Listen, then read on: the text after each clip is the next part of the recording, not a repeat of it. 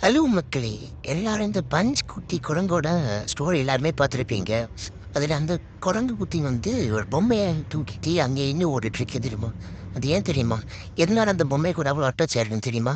மத்த உயிர காட்டிலும் குரங்கு குட்டிங்க எங்க அம்மாவ மோஸ்ட்டா டிபெண்ட் பண்ணி தான் இருக்கும்.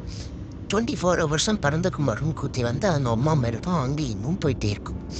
அவங்க அம்மா அதுக்கு என்ன குடுக்குன்னா, balm, milk, protection, emotional comfort.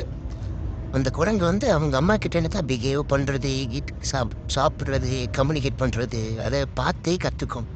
இப்போ அம்மா அம்மங்கி குரங்கு குட்டியை வந்து ஒதுக்கிடுச்சுன்னா, அந்த குரங்கு குட்டி ஈஸியாக பயந்துடும், ஸ்ட்ரெஸ் ஆயிரும். மற்ற குரங்கு கூட்டத்தை கூட ஈஸியாக ஒத்து போகாது. இதனால தான் அந்த பஞ்சுங்கிற குரங்கு குட்டி வந்து அந்த பொம்மையை அங்கே இது தூக்கிட்டே போயிட்டு வந்து சொல்லி. ஏன்னா அந்த ஏன்னா அந்த பொம்மை ரொம்ப சாப்பிட்டாரு. அதனால அதை ஹக் பண்ணங்க நல்லா இருக்கு. ஆக்சுவலாக ஹக் பண்ணால் நம்ம பிரெயினில் உள்ள செல்ஸ் எல்லாம் காம் ஆகுறதுக்கு அங்கே ஒரு கெமிக்கல் ரியாக்ஷன் இருக்கும். அந்த பொம்மை வந்து அந்த குட்டிக்கு வந்து சேஃப்டி கம்ஃபர்ட்டையும் கொடுத்துச்சு.